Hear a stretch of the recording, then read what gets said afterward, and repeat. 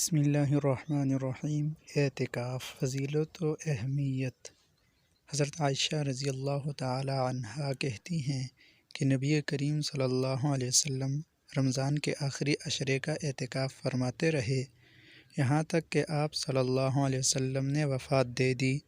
پھر اس کے بعد آپ صلی اللہ علیہ وسلم کی بیویاں اعتکاف کرتی رہیں اور فرماتی ہیں کہ جب آخری عشرہ رمضان میں داخل ہوتا تو رسول اللہ صلی اللہ علیہ وسلم اپنی چادر کس لیتے اور ساری رات جاگتے اور اپنے اہل خانہ کو بھی جگاتے۔ حضرت ابن عباس رضی اللہ عنہما سے روایت ہے کہ رسول اللہ صلی اللہ علیہ وسلم نے معتکف کے بارے میں ارشاد فرمایا کہ وہ گناہوں سے بچا رہتا ہے اور اس کو ان تمام اچھے کاموں کا جو وہ اعتکاف کی وجہ سے نہیں کر سکتا ایسے ہی بدلہ دیا جائے گا جیسا کہ نیکی کرنے والے کو دیا جاتا ہے۔ عبادت کی نیت سے مسجد میں ٹھہرنے کو اعتکاف کہتے ہیں۔